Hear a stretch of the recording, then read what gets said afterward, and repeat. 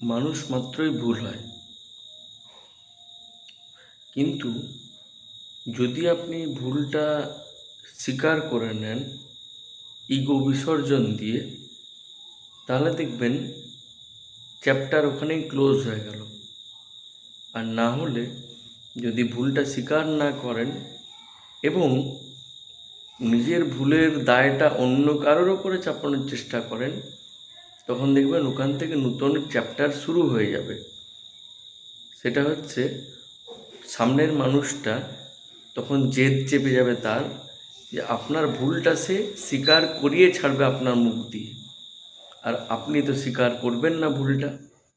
মাঝ থেকে কি হয়, একটা বিরক্তি, রাগারাগি, ঝগড়া, অশান্তি, দিনের শেষে মানসিক চাপ, রাতের ঘুম নষ্ট, অ্যাংজাইটি, ডিপ্রেশন, আর অনেক কিছু।